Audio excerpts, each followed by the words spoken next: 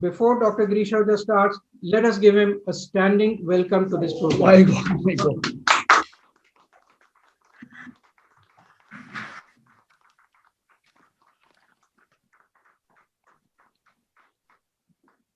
Over to you, Dr. Grisha Ojadi.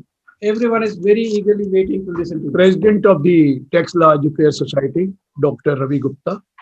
Secretary General, of course, CA Arun Ahuja जी, मनीष गर्ग जी, ये हमारे office के सारे बोलने बैठे हैं साथ में, तो बोल मुझे सबका है। मनीष गर्ग जी पार्टनर हमारे चार्टर्ड अकाउंटेंट हैं। Sanjeev Singal ji, of course central council member. Avinash Gupta ji, ये रीजनल काउंसिल मेंबर भी हैं। गौरव रिकेचा जी, ये भी हमारे ऑफिस के टीम के हैं। राजेश बंगनानी जी, वो भी हमारे ऑफिस की टीम के हैं। और of course former past president of course of the institute of chartered accountant of India, C Amarjit Chopra ji. आजकल ये दिल्ली नहीं रहते, कभी कनाडा चले जाते हैं 3-3 महीने के लिए, और कभी 2 महीने से ये अपना घूम रहे हैं, अपना बेंगलोर में बैठे हुए हैं अपने, कभी बेटी के पास कभी बेटे के पास। हम भी हैं आपके कुछ, तो दिल्ली में रहा करिए ना, सारा दिन तो आप घूमते रहते चोपड़ा जी। चलिए आगे बोल रहा हूँ। MS Rao ji, yes of course all India tax federation of, Naveen Ratna ji, OP Shukla ji, Puneet Kumar Singh ji, Vijay Gupta ji, Ashwini Jindal ji, Delhi tax bar advocate of course president HL Madan ji, Narendra Kumar ji, Nitika Khanna ji, Sanjay Sharma ji. सबसे बड़ी बात तो उनका नाम लेना पड़ेगा, संजय शर्मा जी। संजय शर्मा जी ने हाथ भी नहीं जोड़े, मैंने इतना नाम लिया तो अब आया ना। चलिए, सुरेश अग्रवाल जी, राकेश चारिया जी, शकुल गुप्ता जी, संदीप कथूरिया जी, आपका संजय अग्रवाल, वो कहा क्योंकि अगला प्रोग्राम मेरा संजय जी के साथ ही है, तो संजय कुमार अग्रवाल जी, ऑफ कोर्स संजीव सूटा जी, अजय कुमार माटा जी। आज को तबीयत थोड़ी सी ढीली लग रही थी अजय कुमार माटा जी में, आई विश हिम थोड़ी स्पीडी रिकवरी। थोड़ा सा डायलिसिस हो रहा है, लेकिन आप स्वामी रामदेव जी का प्रोग्राम देखा करिए, आपका मैं बता रहा हूँ काफी चीज ठीक हो जाएगी। नहीं तो मुझे बताइए, मैं वहां पर आपको भेज दूंगा। अजय जी काफी इंप्रूवमेंट हो गया आपका। विपिन वर्मा जी, विनय साहनी जी, और भी जितने लोग बैठे हैं यहाँ पर, लेकिन सबसे ऊपर जो इस प्रोग्राम को सारा मैनेज कर रहा है और कोऑर्डिनेट कर रहा है, अरे GC मिश्रा जी का नाम मैं भूल गया, GC मिश्रा जी भी हैं यहाँ पर, और जो सब इस प्रोग्राम को कोऑर्डिनेट कर रहे हैं वो है Shivam Ahuja ji, son of Arun Ahuja ji. Ladies and gentleman, सबके नाम ले दिए, कोई रह गया हो तो माफी चाहता हूं। और आइए अब हम शुरू करते हैं इस प्रोग्राम को। वेल फ्रेंड, काफी टेक्निकल बजट है। This budget is very technical budget, कुछ ज्यादा नॉर्मल चीजें कुछ नहीं है। Everybody knows there is no rate in the change of no rate change in tax rate. It remains the same. I was thinking they may bring COVID tax, but they have not brought that COVID tax also. Absolutely no problem. But let me come out with the technical parts. Section 2 clause 11 gives the definition of block of asset. क्या definition थी जरा सुनिए। Block of asset is a group of asset forming part of a class of asset comprising A, tangible asset being building, machinery, furniture and plant, and B, intangible asset being know-how, technical know-how, patents, copyrights, trademark, licenses, franchises, or any other business or commercial right of the similar nature. ये definition थी। अब इन्होंने क्या, हाँ, in respect of which same rate of depreciation is allowed. इस definition में क्या change किया है? जहां लिखा ना एनी अदर बिजनेस और commercial right of similar nature, उसके लिख दिया not being goodwill of a business और प्रोफेशन। क्या मतलब हुआ इसका? कि देखिए, अब गुडविल ऑफ ए बिजनेस और प्रोफेशन में डेप्रिसिएशन नहीं मिलेगी।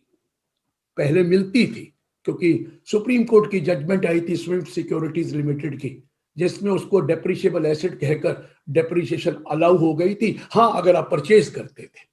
अगर गुडविल सेल्फ जनरेटेड थी तो उसकी कॉस्ट तो वैसे ही जीरो होती थी, तो उसकी डेप्रिसिएशन किस बात की? But if you had purchase the goodwill, you are allowed depreciation of goodwill being a tangible intangible asset. लेकिन इंटेंजिबल एसेट में उसका नाम नहीं था, उन्होंने उसमें ही कवर कर लिया था एनी अदर बिजनेस और कमर्शियल राइट और similar nature.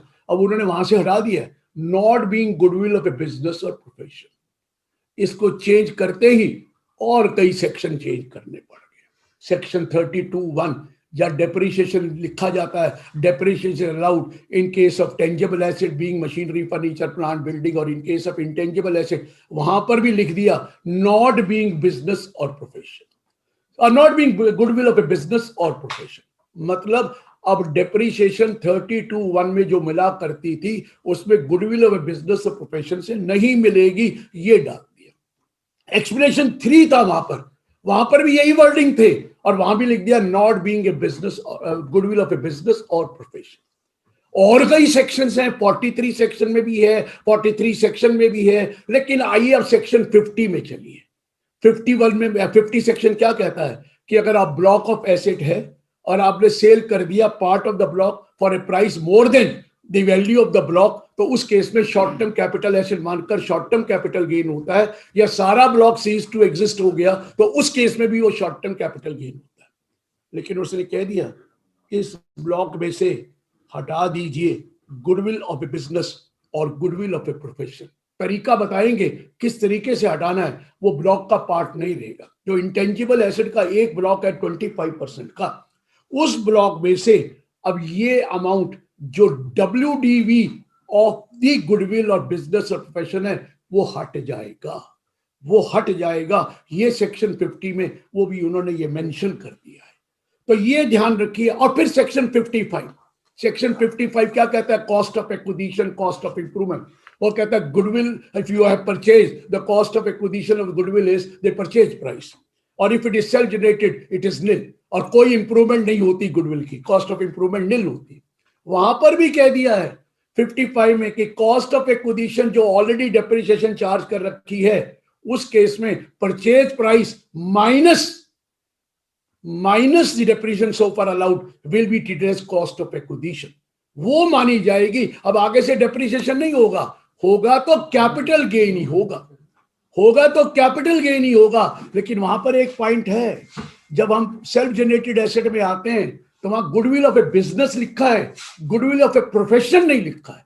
So according to me, for a goodwill of a profession there is no capital gain if it is self generated asset. Goodwill of a profession, there is no capital gain if it is a self-generated asset. Goodwill of a business, there is a capital gain, whether it is a self-generated asset or you have purchased. Yes, for profession also if you purchase, it is there.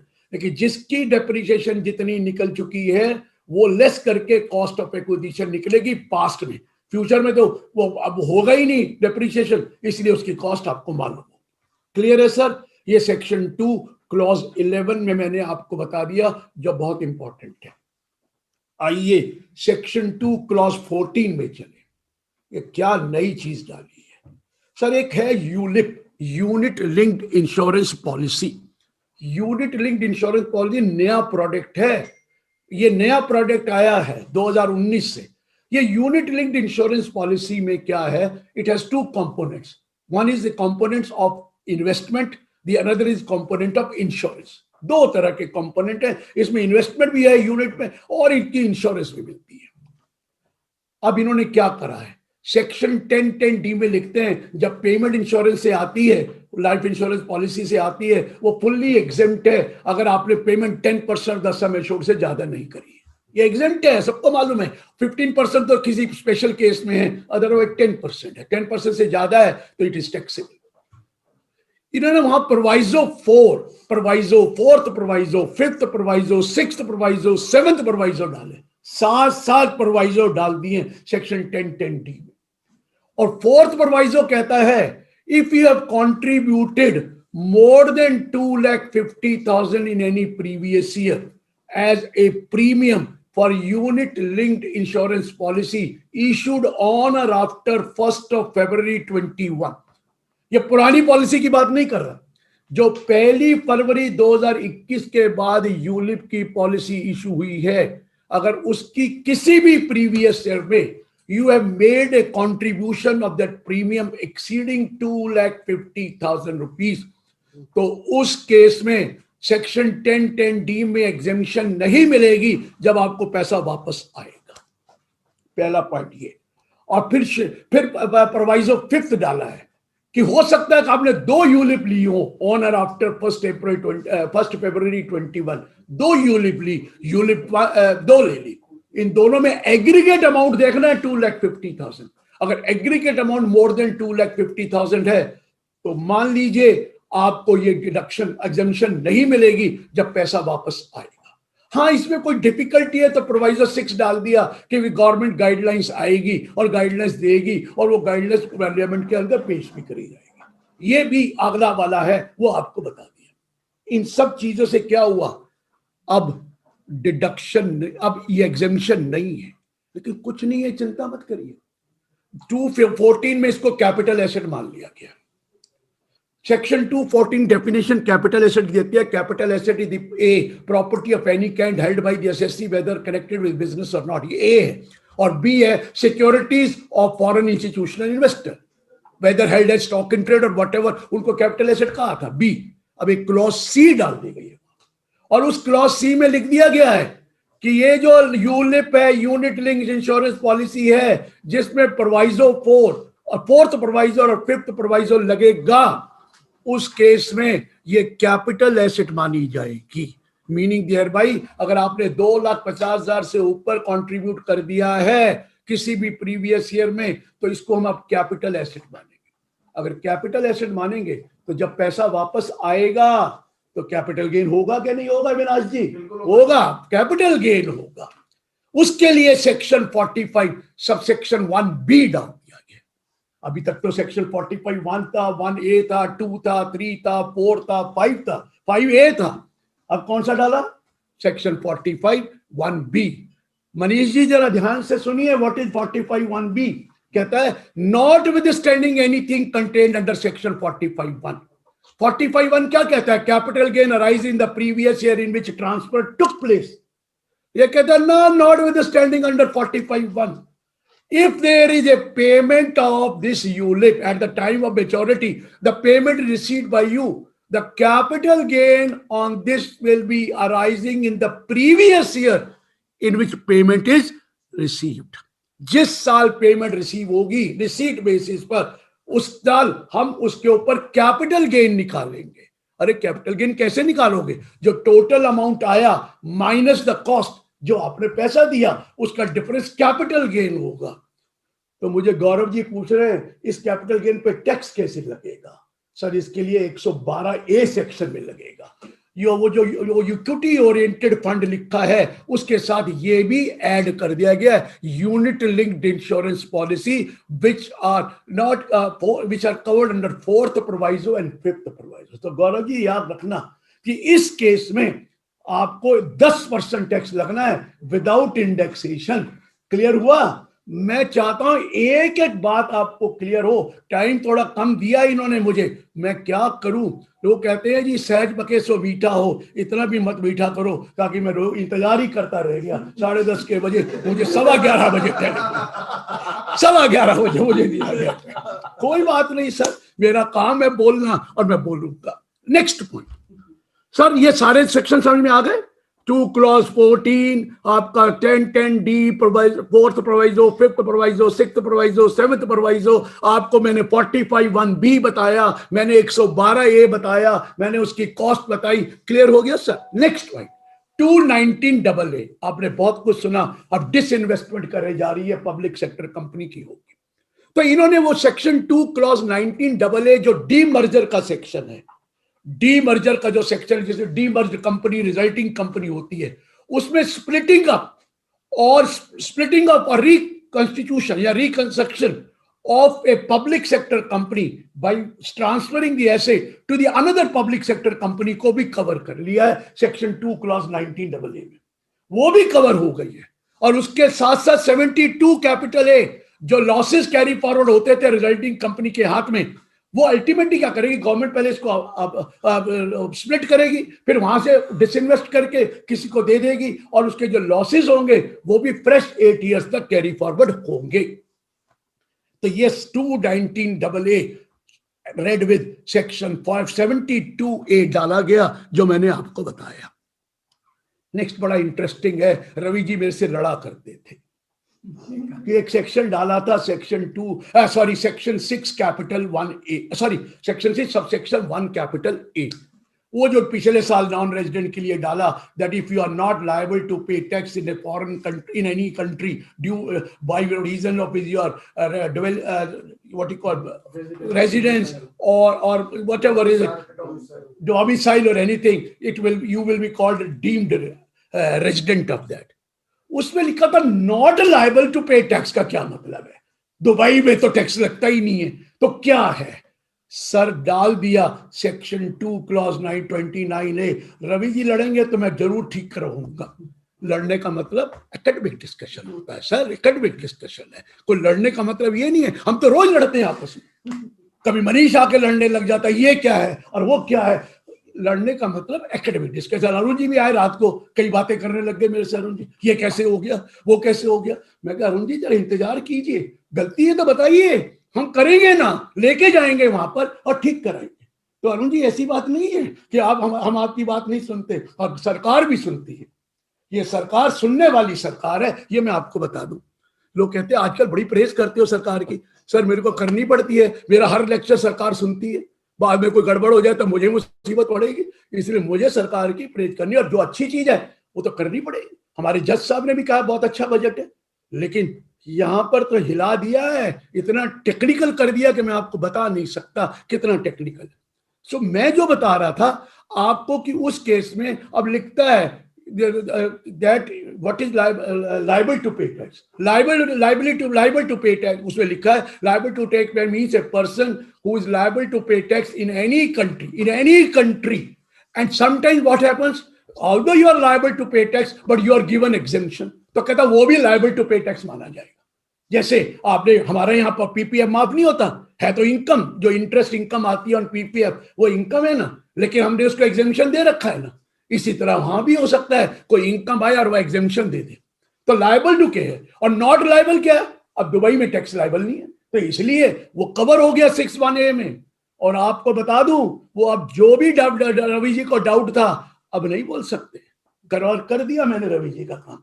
तो इसलिए जब भी doubt है आप बताइए, हम ठीक करवाएंगे, और करते हैं और वो सुनते हैं, सुनना चाहिए। मुझे याद है अदर डे ये मेरे साथ ही गए थे चेयरमैन के पास सीबीडीटी के, और वहां पर भी कई बातें करी हमने, उन्होंने नोट किया।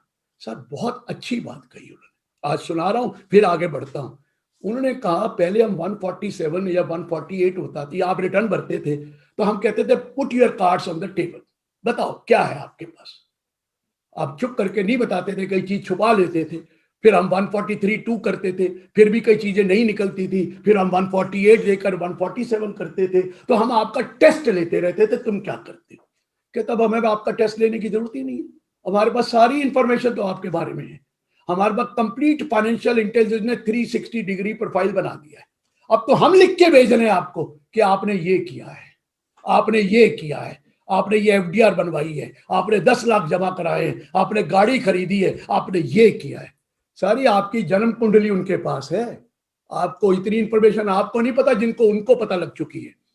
छुपाना मत, छुपाओगे तो कहेगा हम है ना, हमें पता है, डोंट वरी। तभी तो अभी 147, 148, 149 सब चेंज किया है, थोड़ी देर में बात करूंगा। सो डिपार्टमेंट अब ज्यादा आपको बताने लग गया, देखो सुधर जाओ नहीं तो हम सुधार देंगे। यही तो मोदी जी कहते हैं, और यही अब डिपार्टमेंट भी कह रहा है, सुधर जाओ सुधर जाओ, हमारे पास सब इंफॉर्मेशन आपके बारे में है।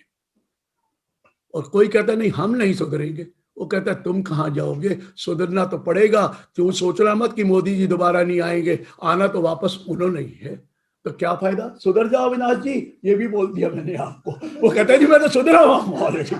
चलिए चलिए आगे बढ़ते हैं। सर मुझे कुछ इंटरेस्टिंग करना पड़ता है, मैं क्या करूं, बुरा ना मानना अविनाश जी, मैंने आपके बारे में कोई खास बात नहीं करी।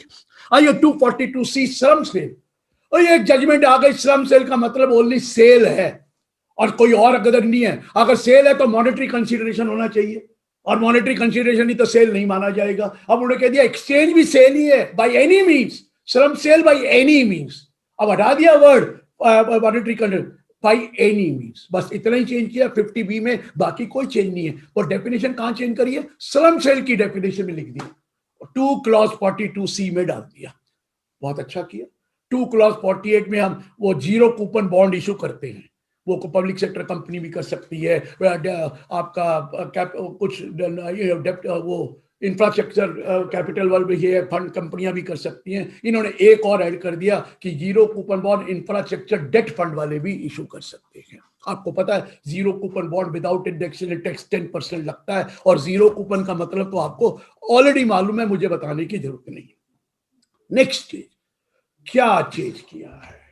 गए थे ईद मनाने, रोजे गले पड़ गए। सर हुआ क्या? एक मेरे से गलती हुई थी जो मैं अपनी मानता हूं, वो थी हमने कई जब लॉ बना रहे थे तो हमने देखा कई लोग बड़े बड़े एम्प्लॉयर क्या करते हैं, उनके जो एम्प्लॉइज हैं, डायरेक्टर बड़े बड़े एम्प्लॉइज हैं, 4 करोड़ 5 करोड़ 6 करोड़ 8 करोड़ सैलरी है, वो एम्प्लॉयर कंट्रीब्यूशन 12% अलाउड होता था exempt. Employer contribution was up to 12% of the salary. तो वो क्या करते थे, 4 करोड़ सैलरी है, 12% कितना हुआ, 48 लाख रुपया एम्प्लॉयर ने कंट्रीब्यूट कर दिया, which is totally exempt in the hands of the employee, and उसके ऊपर इंटरेस्ट भी आ रहा है, और वो 48 लाख के ऊपर इंटरेस्ट भी कमा के जब पैसा वापस आया तो वो पूरा एग्जेम्प्ट अंडर सेक्शन 10, वो तो 11 में पूरा एग्जेम्प्ट है। ये फायदा कर रहे थे पहले, और मेरे मुंह से निकल गया, सर ये तो टैक्स प्लानिंग है, एक गरीब आदमी 12% कितना कर लेगा, और 4 करोड़ 10 करोड़ वाला, और 10 करोड़ ने 12% किया तो 1 करोड़ 20 लाख रुपया गौरव जी हुआ हर साल, और हर साल करता करता कितने करोड़ रुपया कमा गया, प्लस इंटरेस्ट उसके ऊपर हो गया, और वो अमाउंट जब फाइनली आता था तो टोटली एग्जेम्प्ट था। तो उन्होंने पिछले साल चेंज कर दिया था, employer contribution to provident fund और what you call superannuation fund और pension fund will be exempt only up to 7.5 बार 12% of salary, maximum 7.5 lakh per year. बड़ी गालियां पड़ी मुझे, बड़े बड़े अमीरों ने मुझे गालियां दी कि ये क्या करवा दिया। मैंने कहा पर्पस कुछ और था, लेकिन सबसे ज्यादा तो रिलायंस के मुकेश अंबानी साहब को भी फर्क पड़ा होगा, और बड़े बड़े लोगों को फर्क पड़ा कि ये तो क्या कर दिया, ये तो हमारे टैक्स लग जाएगा। चलिए इतना तो था, अब तो और खराब हो गया, अब तो इंप्लॉय कंट्रीब्यूशन में भी रगड़ा डाल दिया कि इंप्लॉय अगर कंट्रीब्यूशन करेगा टू स्टैट्यूटरी प्रोविडेंट फंड और पब्लिक प्रोविडेंट फंड, चलो पब्लिक में तो 1.5 लाख से ज्यादा होता ही नहीं है, और to recognised provident fund, and if the amount is more than 2,50,000 in any previous year, अगर 2,50,000 से ज्यादा का amount in any previous year है, 2,50,000 से ज्यादा, तो उस अमाउंट पे जो इंटरेस्ट आएगा, that interest will become taxable. जो उस 2,50,000 के ऊपर का इंटरेस्ट होगा वो टैक्सेबल होगा। सर देखिए ये तो बड़ा गलत बात है, और ये रवि जी ने गुस्ताखी की है। आप कहेंगे क्यों? जब ये कॉलेज में टीच कर रहे थे तो अपनी पूरी सैलरी ये प्रोविडेंट फंड में डाल दिया करते थे, पूरी की पूरी, हमें राइट सर, पूरी की पूरी सैलरी प्रोविडेंट फंड में डाल देते थे, और पूरा का पूरा अमाउंट जुड़ जाता था। डिडक्शन एटीसी का कौन बॉदर कर रहा है यार, हमें एटीसी थोड़ी लेना होता था, एटीसी तो 1.5 लाख ही अलाउड था। डिडक्शन इनको मिलता था, इंटरेस्ट पूरा माफ, एग्जेम्प्ट इंटरेस्ट 8%, 9%, 10%, किसी जमाने में तो 14% भी होता था, 16% भी होता था। करोड़ों रुपया ले गए सरकार से, और पूरा जो पैसा वापस आया कोई टैक्स नहीं लगा, क्योंकि सेक्शन 10, 11, 12, 2 में पूरा माफ था। अब रिटायर हो गए, लॉ ही बदल दिया, अब कह दिया 2.5 लाख से ऊपर होगा तो उसके ऊपर जो भी एक्स्ट्रा इंटरेस्ट मिलेगा अबाउट 2 लाख, वो क्या होगा, टैक्सेबल हो जाएगा। अंडर एक्सप्लेनेशन डाल दी सेक्शन 10, 11 और 10, 12 में, मर गए कई लोग। तो याद रखना अरुण जी, 2.5 लाख से ऊपर तो आप तो एम्प्लॉय ही नहीं, आप तो पीपीएफ है, और पीपीएफ 1.5 लाख से ऊपर होता ही नहीं है, तो आप चिंता मत कीजिए। जो एम्प्लॉय है उनको चिंता होगी, पीपीएफ तो 1.5 लाख ही है। तो यह भी एक इश्यू है जो आपको बता दिया, बहुत इंपॉर्टेंट 10, 11 और 12 था। आइए अब संजय अग्रवाल जी जरा ध्यान से सुनना, 1023C क्या आया है। अरे section 10 clause 23C sub clause 3IAD और AI, ये समझ में क्या है? पहला section 1023C sub clause 3IAD क्या कहता था? इनकम ऑफ यूनिवर्सिटी और educational institution not for making any profit but for imparting education shall be exempt if the gross receipt does not exceed the specified limit. वो specified limit notify की हुई थी 1 करोड़ रुपया, और ऐसे ही बात सेक्शन 1023(3)(i)(a) था, income of a medical institution और hospital not for making any profit but for philanthropic purposes this income will be exempt provided it gross receipt does not exceed the specified limit. क्या थी? 1 करोड़। बिल्कुल ठीक है, अविनाश जी बता रहे हैं 1 करोड़। ये 1 करोड़ की लिमिट 5 करोड़ कर दी दोनों केस में। 3IAD 5 करोड़। 3IAD छोटे छोटे जितने school college university educational institution है 5 करोड़ तक कोई कंडीशन नहीं है, कोई अप्रूवल नहीं चाहिए, कोई आपका ऑडिट नहीं चाहिए। सिर्फ ऑडिट के तो पीछे पड़ गए हैं ना, कुछ नहीं चाहिए। आई डोंट नो क्या हो गया, कोई ऑडिट नहीं चाहिए, सिर्फ एक ही चीज चाहिए, return of income mandatory. Am I right sir? लेकिन एक चीज एक्सप्लेनेशन में डाल दी संजय जी, अब 3IAD और 3IA दोनों मिलाकर 5 करोड़ से ऊपर नहीं हो सकते। पहले तो अलग अलग थे 1-1 करोड़, फिर अभी भी आया 5 crore 5 crore, but total aggregate receipt if you are carrying on both education as well as medical और वो मिलाकर 5 करोड़, और ये आपको 1023 से में डाला। और संजय जी एक बड़ी इंपॉर्टेंट बात बताने जा रहा हूं, ये एक्सप्लेनेशन में डाल दी गई है। एक सेक्शन अभी पीछे प्रोवाइजो 3 आया था, सेक्शन 1023 से भी हमें डलवाया था, क्योंकि जब ये चेंज करने जा रहे थे चैरिटेबल ट्रस्ट, तो आपको पता है corpus donation is exempt under 11(1)(d). जो 12AA या 12AB में कवर्ड है उनकी कॉर्पोरेट डोनेशन तो एग्जेम्प्ट होती थी 11(1)(d) में, और 1023 से में कॉर्पोरेट डोनेशन माफी नहीं होती थी। और आपने आगे लॉ बनाने जा रहे हैं कि भाई या तो आपके पास अप्रूवल होगी 1023C की, या आपका एग्जेम्पशन होगी 10AA में, वहां जाइए, दोनों नहीं मिलेगा। तो मैंने उनको पूछा सर दोनों नहीं मिलेगा तो 1023C में जाएगा कौन, तो वहां कॉर्पस तो माफ नहीं है। तो इन्होंने थर्ड प्रोवाइजो में एक एक्सप्लेनेशन डाल दी थी कि जो कॉर्पस डोनेशन मिलेगी those who are covered under 1023C IVVVIVIA, उस कॉर्पस डोनेशन को हम एग्जेम्प्ट करेंगे, उसको एप्लीकेशन करने की जरूरत नहीं।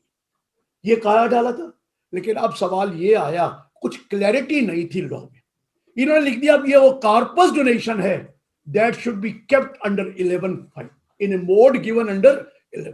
पहले लोग करते ही नहीं थे क्योंकि ये लिखा था 11(5), हालांकि सेक्शन अगर 13(1)(d) में जाइए तो वहां तो लिखा हुआ है कि हर चीज 11(5) में होनी चाहिए, लेकिन कहते थे कॉर्पोरेट डोनेशन तो माफ है, जब माफ है तो इसको 11(5) में क्यों डालें? बात समझ रहे हैं ना जी? अब उन्होंने कह दिया कि 11(5) में रखनी पड़ेगी। इसी तरह 11(1)(d) जो है, 11(1)(d) में लिखा है voluntary contribution with specific direction that it will form part of the corpus of trust is fully exempt. वहां पर भी लिख दिया provided this amount is kept under section 11(5). ये पहले नहीं था, मैं आपको बता दूं, अब आप सबको बोल रहा हूं कि कॉर्पस डोनेशन 11(5) में ही रखनी पड़ेगी, अगर नहीं रखेंगे तो वो एग्जेम्प्ट नहीं होगी। दोनों में आ गया। आगे देखिए, अब देखिए हमारे महानुभाव क्या करते थे, कॉर्पस डोनेशन एग्जेम्प्ट है और फिर कहते इसको अप्लाई कर दिया, और एप्लीकेशन भी मांग लेते थे 85% कि ये तो हमारा अप्लाई किया है।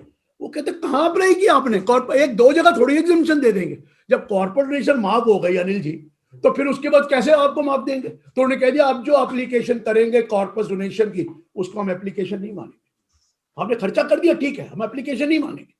वो उस आपने कह दिया मैंने कॉर्पोरेट डोनेशन से 50 लाख रुपया खर्च दिया, ज्यादा खर्च दिया मैंने, या मैंने और कोई एसेट ले ली, कहता है ये एप्लीकेशन नहीं। लेकिन सपोज करो अगले साल वो आपने पैसा खर्च किया out of the revenue income, और वो पैसा खर्च नहीं करते, उसको कॉर्पस डोनेशन के 11(5) में डाल देते हैं, तो कहता है उसको एप्लीकेशन मान लेंगे। मैं एग्जांपल देता हूं तो ध्यान से सुनना अविनाश जी। इस साल मेरे 80 लाख रुपया सारा टोटल रिसीट है और मैंने खर्च कर दिया 1,40,40 लाख। 60 लाख कहां से लाया? कॉर्पस लगा दिया होगा मैंने, 11(5) से उठाकर खर्च कर दिया, 11(5) से खर्च कर दिया, ठीक है, इसको एप्लीकेशन ही मानेंगे, 60 लाख नहीं मानेंगे। लेकिन अगले साल मैंने वो 60 लाख रुपया नॉर्मल जो मेरी रिसीट आई उसने इसको लेकर 11(5) में डाल दिया, तब वो एप्लीकेशन मान लिया जाएगा। बात समझ में आ रहा है? ये चीज समझने वाली है अविनाश जी, ये चैरिटेबल ट्रस्ट है। दो ही तो टॉपिक है जिसको किसी को कुछ नहीं आता, एक चैरिटेबल ट्रस्ट और दूसरा हिंदू अनडिवाइडेड फैमिली। है कि बात क्या गलत कह रहा हूं? तो ये दो टॉपिक के लिए अब उन्होंने समझा दिया कि कॉर्पस डोनेशन से खर्चा करोगे तो एप्लीकेशन नहीं होगा, लेकिन अगले साल जो आपने पैसा वहां से नॉर्मल से जमा करा दिया 11/5 में कॉर्पस में वापस कर दिया, तो वो क्या माना जाएगा? एप्लीकेशन माना जाएगा। अच्छा काम किया, लोन ले लिया हमने। अब और सुन लो ये लोन की बात करी अविनाश जी ने, तो और सुन लो। अभी तक मैं रोज कहता था, लोग मेरी बात को मानते नहीं थे। कोई कहता था लोन लेकर अगर आपने कोई एसेट खरीदी है या लोन लेकर पैसा अप्लाई किया है, तो कई लोग उसको एप्लीकेशन मान लेते। और मैं कहता था लोन इनकम ही नहीं है तो अप्लाई कहां से मान लिया आपने? अरे आपने 5 करोड़ का लोन लिया और 7 करोड़ की बिल्डिंग लगी। 5 करोड़ लोन लिया, 2 करोड़ अपनी जेब से खर्चा, 7 करोड़ की बिल्डिंग ले ली। तो लोग क्या करते थे? 7 करोड़ एप्लीकेशन मांगते थे। मैं कहा क्या दिमाग खराब है? अकाउंटेंसी में 7 करोड़ एसेट है और लाइबिलिटी में 5 करोड़ लोन आया, लेकिन एक्चुअल एप्लीकेशन तो नहीं है। एक्चुअल एप्लीकेशन सानी साहब 2 करोड़ था, 2 करोड़, लेकिन लोग 7.5 करोड़ दिए जा रहे थे। 2 था, उन्होंने क्लियर कर दिया कि लोन से जो इन्वेस्टमेंट करेंगे वो एप्लीकेशन नहीं मानी जाएगी। अब जब लोन को रीपे करोगे और इंटरेस्ट भी दोगे, उस टाइम एप्लीकेशन मारे। मैं तो शुरू से यही कहता था, लेकिन मेरी बात को इसलिए कहते हैं कि लिखा कहां है। ये रवि जी हमेशा यही बहस करते हैं, ये बताओ लिखा कहां है। अरे भैया लिखा नहीं है तो कुछ कॉमन सेंस भी होती है, लेकिन मानते ही नहीं थे। मैं कहा ले और लिख लिया, अब लिखवा दिया ना, अब लिखवा दिया। अब मान लो क्या, अब तो है ना कि लोन का जो हमारा पैसा खर्चा गया वो एप्लीकेशन नहीं है। जब लोन रीपे करोगे तब एप्लीकेशन होगा। तो आप अकाउंटेंसी में जो मर्जी करो, अकाउंटेंसी में एसेट 7 करोड़ रुपए की, इधर लोन 5 करोड़ 2 रुपए आपने खर्चा, लेकिन इनकम टैक्स में एप्लीकेशन 2 करोड़ की। और जब जब लोन रीपे करते रहोगे तब तक आपको एप्लीकेशन मानिए। क्या गलत बात करी मैंने? अच्छा काम है ना, क्लियर कर दिया। यही चीजें सेक्शन 11(1) में कर दी, सेम जो 1023 में बिल्कुल यही कहा है कि भैया लोन नहीं माना जाएगा, कॉर्पस फंड क्या माना जाएगा, उसका एप्लीकेशन नहीं माना जाएगा, लेकिन जब वापस जमा कराओगे 11(5) में तो एप्लीकेशन। अब मैं आपको सबको बोल रहा हूं, कॉर्पस फंड को 11(5) में रखना पड़ेगा। अगर आपके पास है तो 11(5) में रखना पड़ेगा। और जो कॉर्पस फंड से खर्चा करोगे, एप्लीकेशन नहीं है, वो एप्लीकेशन नहीं है। मैं सबको बता रहा हूं, फिर मुझे मत कहना ये टेक्निकल चीजें हैं। लेकिन जब अगले साल पैसा आया और आपने कॉर्पस फंड में जमा करा दिया, मतलब लोन एक प्रकार से लोन रीपे कर दिया, उस केस में ये एप्लीकेशन माना जाए। क्लियर है सर अविनाश जी? आइए, अब अविनाश जी ने बहुत लेक्चर देने, अब कहेगा मेरे को तो अब सब कुछ आ गया, मैं लेक्चर दे दूंगा, उसकी चिंता क्यों?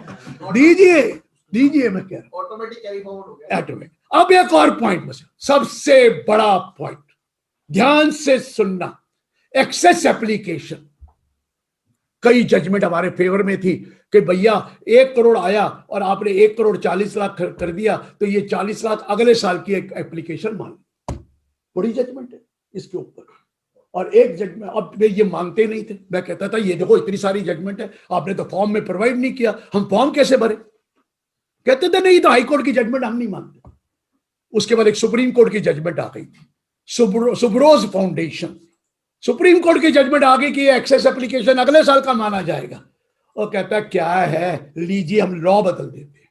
बदल दिया लॉ, अब ये एक्सेस एप्लीकेशन अगले साल का नहीं माना जाएगा। क्लियर कर दिया, चाहे आप 1023C में हो या 11 में हो, ये अगले साल नहीं, खर्च कर दिया तो कर दिया, चाहे वो 15% से करा, चाहे कॉर्पस से करा, हम नहीं जानते। ये excess application carry forward.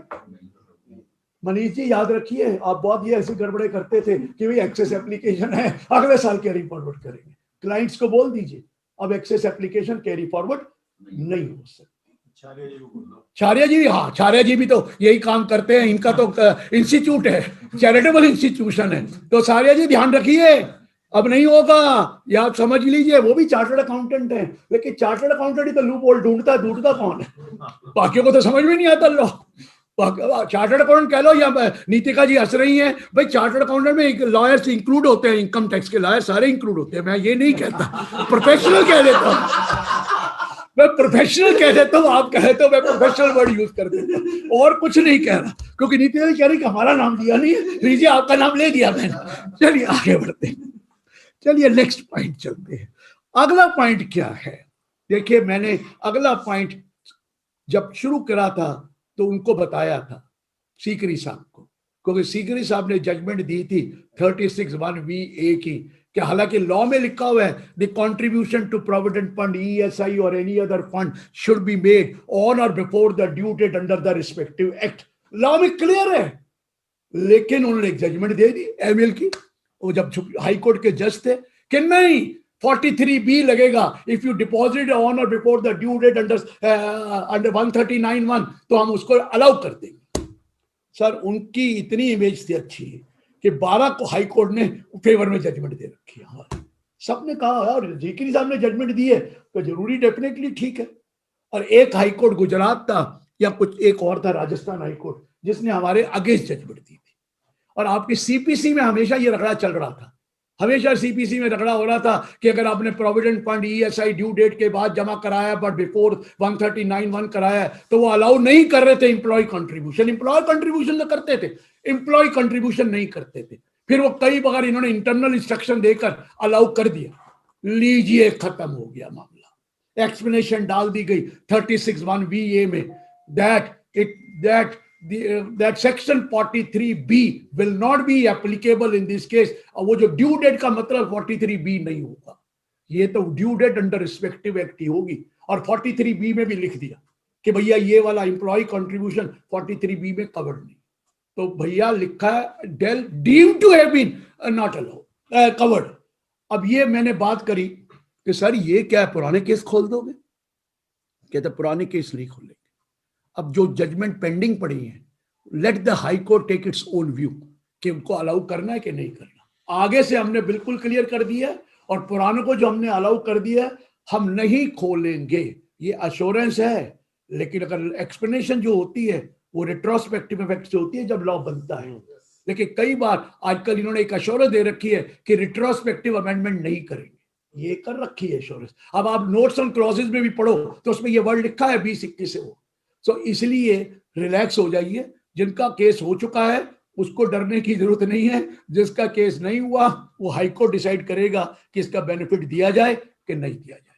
I can't help it. ये एक आपको आगे से क्लैरिटी हो गई, बट बड़ा ड्रेकोनियन लॉ है। एक दिन भी बाई चांस डिले हो गया प्रोविडेंट फंड जमा कराने का, ESI जमा कराने का, और भी कोई भी जो वेलफेयर फंड का जमा कराने का विनाश जी, तो क्या होगा?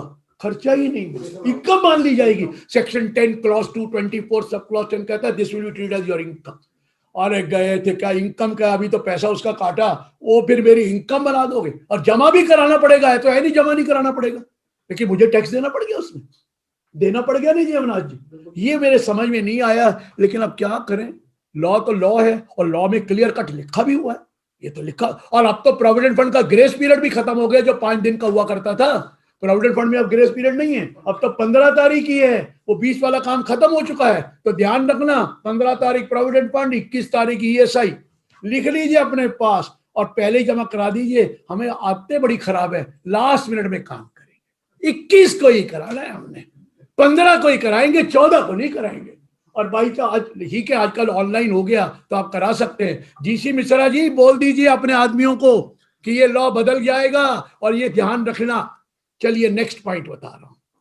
अब नेक्स्ट पॉइंट में जो आपको बता रहा हूं वो ये था, आपने सुना था कि जो हाउसिंग डेवलपर हैं वो हाउस उनके बिक नहीं रहे थे, स्टॉक इन ट्रेड बता, रेजिडेंशियल फ्लैट नहीं बिक रहे थे। और वो कह रहे थे हम आपको मार्जिन जो दे रहे हैं, पहले तो 5% मार्जिन था। If the stamp duty value exceed 100% plus 5% thereof, then we will take stamp duty value under 43 CA, which 5% was increased to 10%. तो भी बड़ा डिफरेंस है स्टैम्प ड्यूटी वैल्यू में और एक्चुअल सेल प्राइस में। तो उस केस में एक छोटा सा कंसेशन दिया है चोपड़ा साहब, ओनली छोटा सा कंसेशन, थोड़े दिन तक, 30 जून तक। क्या कंसेशन दिया है कि आपको ये फैसिलिटी 20% दे दी जाएगी। मैं एक एग्जांपल लेता हूं, आपकी स्टैम्प ड्यूटी वैल्यू 1 करोड़ रुपया है सर, आपने 80 लाख का बेचा तो 80 में 20 जोड़िए तो 16 होता है, 96। इस वक्त स्टैम्प ड्यूटी वैल्यू 1 करोड़ ली जाएगी। लेकिन आपने 82 का बेचा और 82 का 20% 16.4 होता है, एम आई राइट? ऐसे ही होगा। तो वो 1 करोड़, वो भी 1 करोड़ नहीं हुआ, 84 का बेचना पड़ेगा। मैं जान के देखा था कि ये मुझे पकड़ते हैं, नहीं पकड़ते हैं। समझ के आ गया। अगर ये 60 82 का हाँ करेगा ना 16-20%, तो वो भी गलत होगा। 84 हो गया तो क्या होगा सर? 16.8। तो वो स्टैम्प ड्यूटी वैल्यू 1 करोड़ है, ये बढ़ गया तो इस केस में 84 मानी जाएगी। 43C है तो फायदा है ना, कंसेशन 20% तक, बट लिमिटेड पीरियड। और प्लीज नोट, ये residential unit first time allotment होनी चाहिए by the builder, first time. ये रीसेल वाला नहीं है, फर्स्ट टाइम अलॉटमेंट।